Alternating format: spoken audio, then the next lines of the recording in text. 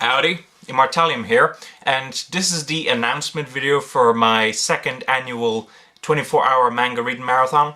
For those of you who aren't aware, last year I ran an event, the 24-hour manga reading marathon, and basically the goal of it was, that people were given these categories, and these categories, dealt with different genres of manga and, different criteria, etc., etc., and you had to read all those manga, manga that fit those categories, as well as if you have some time left over at the end, you have to read more manga until you finish off about 24 hours.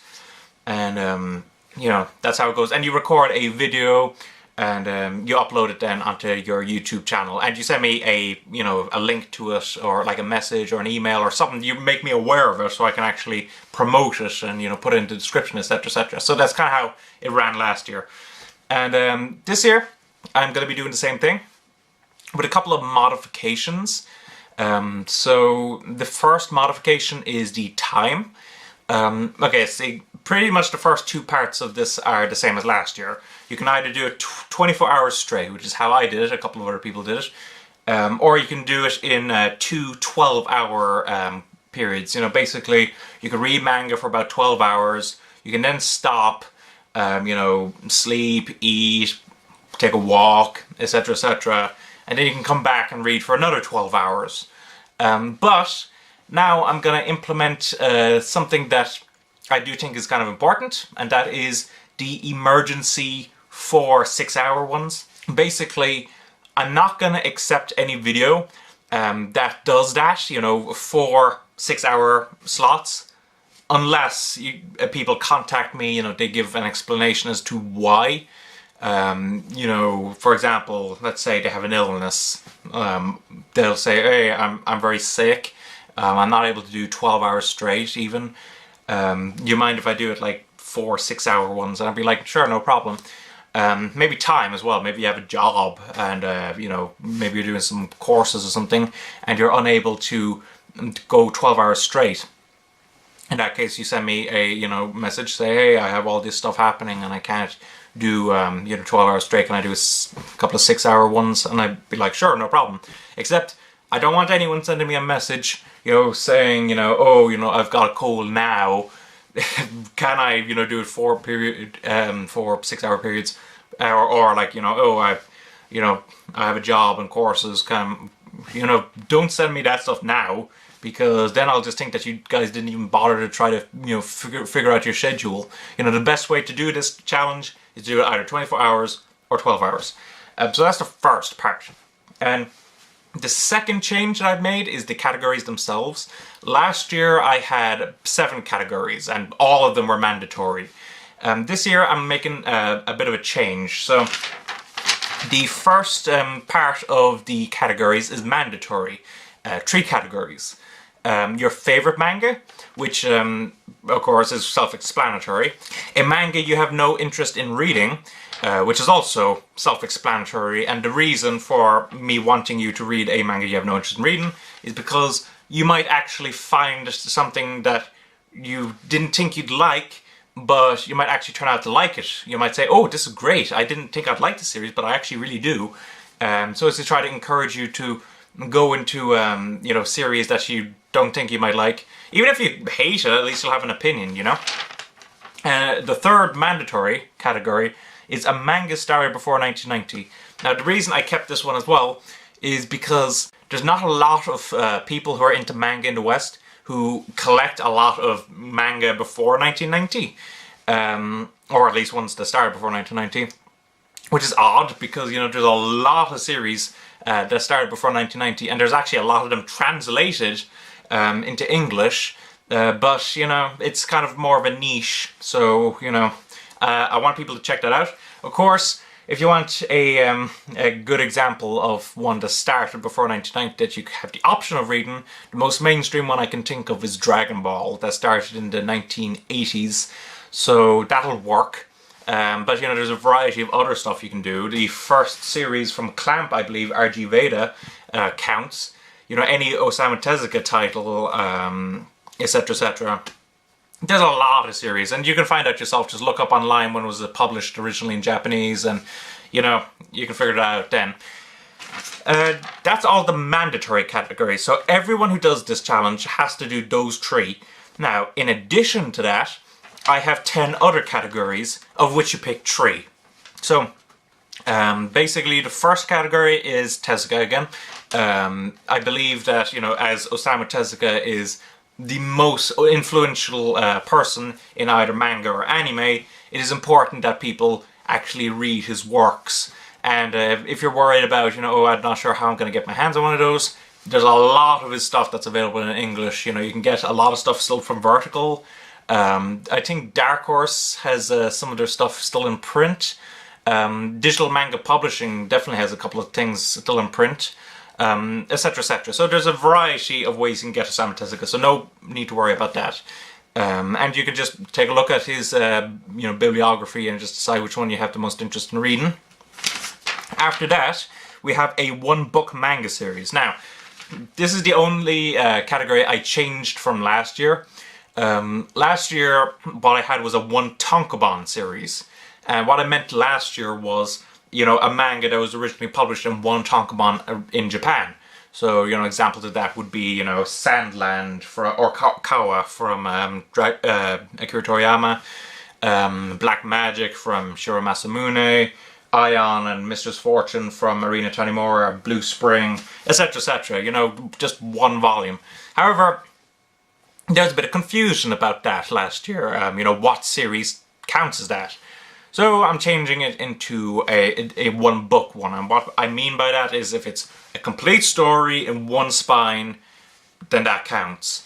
Now, that doesn't count if there's a version of it that is an omnibus and has everything in it, but you haven't it itself, you have it individual ones. You must have the 1 book, 1 spine, 1 story. So an example of that, again, let's say you have Apollo Song. Say you have the version with all of it in 1 book, that'll count. If you have what I have, which is the 2 different you know, books of Apollo Song, you know, 2 volumes of it basically, that doesn't count. So anyway, that's just, you know, 1 complete story in 1 spine. That's how you determine it. So, you know, that's an easy one to determine. I'm also, again, I'm keeping this next category from last year, Yaoi or Yuri, or Shonen-ai or Shojo-ai. Guys have to read Yaoi or Shonen-ai. Girls have to read Yuri or Shojo-ai. And the reason I'm keeping this one is because, basically, I don't think, like, originally there was going to be a girl in the Manga Marathon last year, but she pulled out. So, considering I have more subscribers now, I'm hoping to actually see the whole gender-specific category actually kind of appear a bit more blatantly. So, we'll see. That not only that, but there's still, you know, prejudice against those genres. I mean, a lot of them are, you know, poor schmuck, you know, horrible little things. But you know, I've read some amazing Yuri. I've read some very good yaoi. Well, I guess Shonen-ai is the more correct term, I'd say, for what I've read. Anyway, point is, there is some good stories in it. I would like to encourage people to actually pick up some series and try them.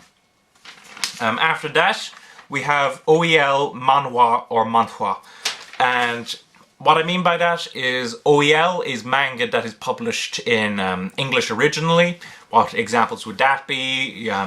There would be, you know, Scott Pilgrim, Lost at Sea, what other stuff? Other Tokyopop stuff. Tokyopop and Yen Press publish a lot of the Warcraft manga, and I think Seven Seas, what is this? Amazing Agent Luna. You know, there's a good few manga that's been published originally in English, so, you know, you should have no problem finding that as well. Manhwa is Korean manga, and that, again, Yen Press distribute a good few of it. If I recall correctly, Dark Horse distributes a couple of them as well, and Tokyopop used to, but, you know, Tokyopop's out of business now. But if you can get your hands on something like Priest, maybe, you know, that'll work just as well. And then finally, manhwa is a Chinese manga, and I'm not too familiar with any of that. In fact, that's the only one of those that I haven't actually read anything from. What was this? I think Witch Hunter is that one that's in English, I think. Anyway, point is, you can look it up online, figure out which country it came from, you know, whether it was an English-speaking country, a, you know, Korean country, there's only one, well, actually two, I guess, but anyway, Korea, or from China. That's pretty easy to figure out. Now, the next categories I have made up for this one specifically. So, first one, Gekiga. Now, if you're not familiar with what Gekiga manga is, Gekiga manga originated around, you know, the 1960s, and basically it was a rejection of the cartoony nature of manga, as well as the kind of, you know, goofy, cheerful stories, etc., etc. And it was more of a going for a more realistic kind of style. Examples of that would be like Lone Wolf and Cub, the later Osamu Tezuka works, you know, aimed at adults. What was his name? Yoshihiro Tatsumi, I think that's his name as well. So there, you know, there's a variety of manga from that.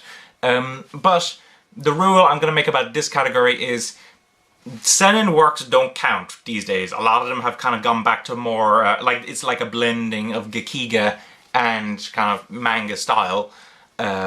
So, and while there is some experimental works made these days that are kind of counted as Gekiga, what I'm really going to want you guys to do if you pick this category is to get what was considered Gekiga back then, just so that there's no confusion. So, you know, do some study into what Gekiga is if you're going to do that category, and, you know, you should have no problem. So, you know, like series like Lone Wolf and Cub, you know, pretty much a lot of stuff from Kazuo Koike, the later Osamu Tezuka seinen stuff, Yoshihiro Tatsumi, there's a variety of mangaka, so no problem with that. The next one, Josei.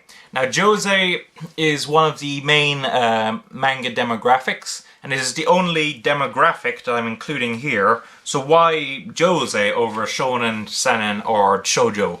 The reason for that is that the other three are actually kind of mainstream in Western manga. You know, there's for example, just simply taking Viz. There's Shonen Jump and Shonen Jump Advanced for the Shonen. There's Shoujo Beat for the Shoujo. There's Signature for the Seinen. But there's no Josei. And some Josei titles are kind of lumped in with the Shoujo Beat. But in general, like, there's not really much Josei that is released from Viz and doesn't have its own imprint. So I want to kind of encourage, because there are some brilliant works. One of my favorite manga of all time is Josei, with the light raising an autistic child. I've read some other great Josei. I've read Bunny Drop, well, 4 volumes of Bunny Drop to be more specific. And I actually recently reviewed a very fascinating Josei series called Pink. If you want to check out that review, it should only be, you know, I don't know, maybe the second last video I did on this channel. Anyway, so that's another category. And again, you can just look up what magazine it was originally published in, and if it was a Josei magazine, you know, you're sorted. After that, this one I was really trying to figure out, you know, what kind of niche stuff could I pick next. So the next one I chose was hentai. Now, I doubt anyone's gonna pick that, but if you want to, you know, kudos to you. You're a very brave person, and you know, it is a niche, so I decided, why not, you know. I believe the only publisher who distributes hentai is Digital Manga Publishing. I think they have this thing, what is it called? Is it H Manga? I think it might be. Yeah, I think maybe. Anyway, you can study into that. So, yeah, so basically hentai manga. So what is hentai? For any of you who don't know what that is, it is pornography. And it is pornography that is done with drawings, so, you know, yeah. As you can tell, I've never read one, and I'm not intending to read any for, you know, ever at this point. But, you know, I do hear that there's the occasional good one from there, and all that jazz. So if someone wants to pick that category, go ahead, you know. You'll probably be the only one picking it, you know, so you'll be quite original. Okay, so the next category is sports. I did a video on sports manga recently, how while it is a very popular genre in Japan, it isn't really that popular over here in English. So I kind of want to encourage that, because I've read some really good, you know, sports series. And just to be more specific, martial arts don't count as sports, you know. So, for example, a series like Ranma Half doesn't count as a sports manga. So, you know, just keep that in mind. What counts as a sports manga? Slam Dunk, Cross Game, Ice Shield 21, 1 Pound Gospel. Oh, what other sports series are there? There's more than that, but I can't think of any right now. Oh, Bamboo Blade, that's another one. Anyway, so there's lots of sports series, well, that people can try in English. And since it's a niche, I want to encourage people to try it and see what they think. After that, then we have 2 author-specific ones, kind of like the Tezuka one from last year. One is Shigeru Mizuki. Now, Shigeru Mizuki is a mangaka who he fought in the Second World War and lost one of his arms. And because of that, he's very critical of Japan in a lot of his works. And recently, a lot of his mangas actually started getting translated into English. I think from, it's either Fantagraphics or it's like Drawn and Quarterly, I can't remember which one. But they've published stuff like his most famous one, Gitaro, I think that's his name. Its name. He's published, they've published Showa, which is a 4-part manga series, I think, about you know, the history of Japan. There's a war manga that was published. I can't remember what it was called, but anyway. So you know, there's a variety of stuff from him in English again. So yeah, if you want to pick that category and check out something from him, you know, I'd be very happy. And finally, the last category is Year 24 group. Now, if you're not familiar with the Year 24 group, the Year 24 group was a bunch of female mangaka who kind of revolutionized the shoujo genre. Before them, it was pretty much all just males who drew a shoujo, and you know, they drew it, you know, kind of very tame, very uninteresting and bland. After Year 24 group came along, you know, they introduced a variety of things into shoujo manga. You know, for example, blending away panels, you know, very detailed hair, kind of more sexual stories, etc., etc. So they were revolutionary. And there's not much published in English from them. A couple of examples I can point out are The Heart of Thomas, Tetera, Andromeda stories, Drunken Dreams and Other Stories. There's this spy one that's out of print now that came out from CMX, I'm just trying to recall. So yeah, there's not much from them, but I do know a lot of their works have been translated into other languages, so maybe we'll see a bit of that from, you know, the international community on this. And you know, they're a very important group. So, you know, I'd love to see more works from them in English. In fact, the one that I would love to see someone read, even though there's no English version of it yet, is Rose of Versailles. It's supposed to be an amazing series. I know it's been translated into Italian, I think, Spanish, etc., etc. So, Portuguese, I think, might be another one. So, you know, I really would love to see someone read that series and, you know, give their opinion of it.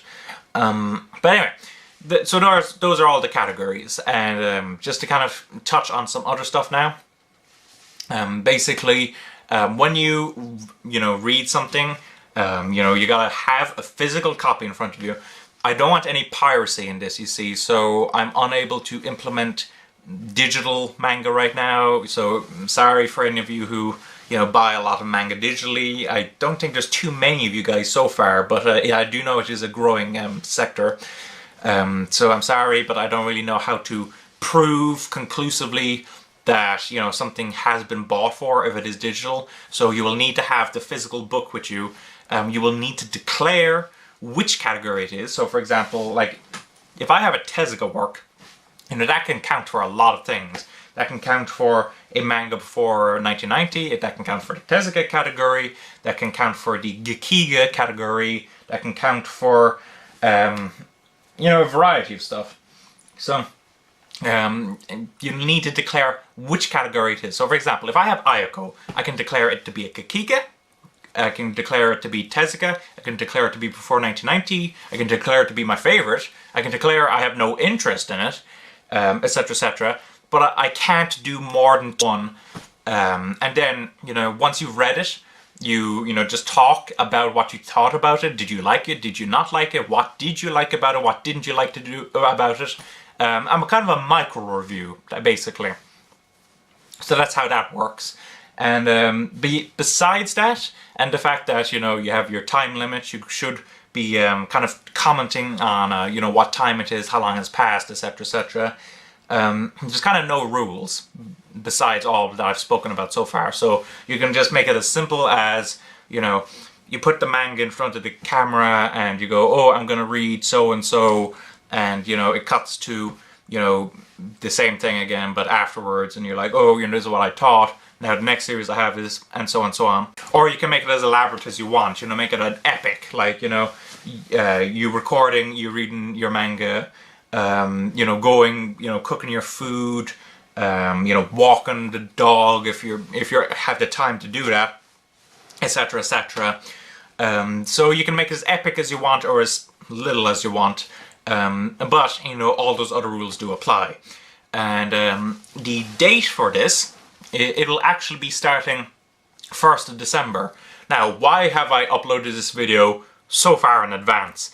Last year I uploaded it around the beginning of November, but even with that, there certainly wasn't enough time for some people to, you know, get some series that they wanted. Like I have an idea for a yaoi that I might want to try, that I wanted to try last year, but I didn't have the time to, you know, get my hands on a copy of it. So, you know, I'm giving myself more time to get, and you guys, to get the series that, you know, you might be interested in trying out for the manga marathon. So, you know, that's how that'll work. So it'll start on the 1st of December and it'll run until the 31st of January. Now, at any point throughout that, you can upload a, you know, a video, and, you know, you have to contact me somehow so that I know, and I will include a link to it in the description below. So if you're checking this out after, you know, January of 2015, there should be some links to, you know, some other videos in the description, so check it out now. But anyway, so that's my announcement of the 24-hour manga marathon. I don't think I've left anything out. I'll include, you know, description, all this stuff in the description anyway, so if I forget something in this video, it'll be in the description below. So check that out as well. Yeah. So hopefully I will have a lot of participants. At this point I'm being kind of careful. I'm just going to simply say I would like 10 people, including myself, which is double the amount of people from last year, to participate. Maybe there'll be more, maybe there'll be less, I don't know. But anyway, hopefully this will be fun and entertaining. So yeah, get ready for the 2014 to 2015 manga marathon. So thanks for watching. Don't forget to comment, rate, subscribe, and bye-bye.